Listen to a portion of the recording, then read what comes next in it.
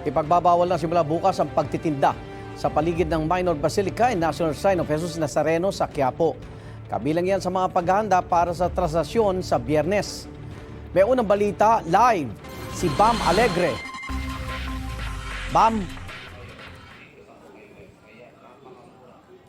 Again, good morning. Puspusan na yung paghahanda para sa pista ng Jesus Nazareno mula sa pahalik bukas hanggang sa mismong traslasyon sa Biyernes.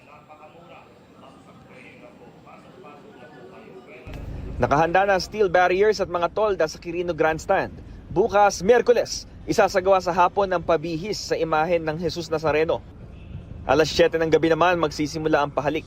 May bagong sistema sa pila sa pahalik, lahat ng mga deboto kailangan dumiretso sa Calao Extension.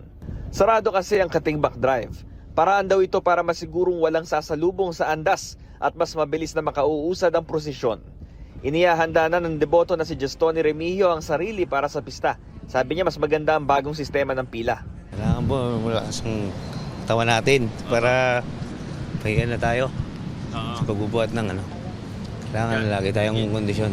Alerto na rin ang mga otoridad para tiyakin ang seguridad sa traslasyon ng Jesus Nazareno sa Biyernes. Ayon sa pulisya, 18,000 na pulis ang ide-deploy, kabilang ang 1,000 intelligence operatives na hindi naka-uniforme at 800 pulis na Hijos del Nazareno rin.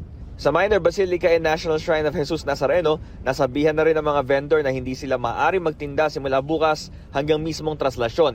Kaya si Elsa Erico maagang nagtinda ng mga replika ng Jesus Nazareno ngayong umaga. Marami-rami na rin, kaya lang sa ngayon matumal kasi. Kalendaryo naman ang itinitinda ni Michael Monte na isa ring deboto. Yung lang po, sa kalusugan. Kalusugan at sa financial din po. Birthday naman ngayon ng deboto na si Melchor Carullos. Hindi na raw niya kaya makipagsiksikan sa mismong pista. Sapat na raw ang pananampalataya kahit hindi siya makasama sa traslasyon. Birthday ko today kaya Kaya pala pulang-pulang ka ngayon. kaya maga ako nagsimba. Mahalaga sa akin yun kasi isa na rin ako sa deboto nitong Nazareno. Simula ng mapadpad ako doon sa Manila. So panatak na talaga din yung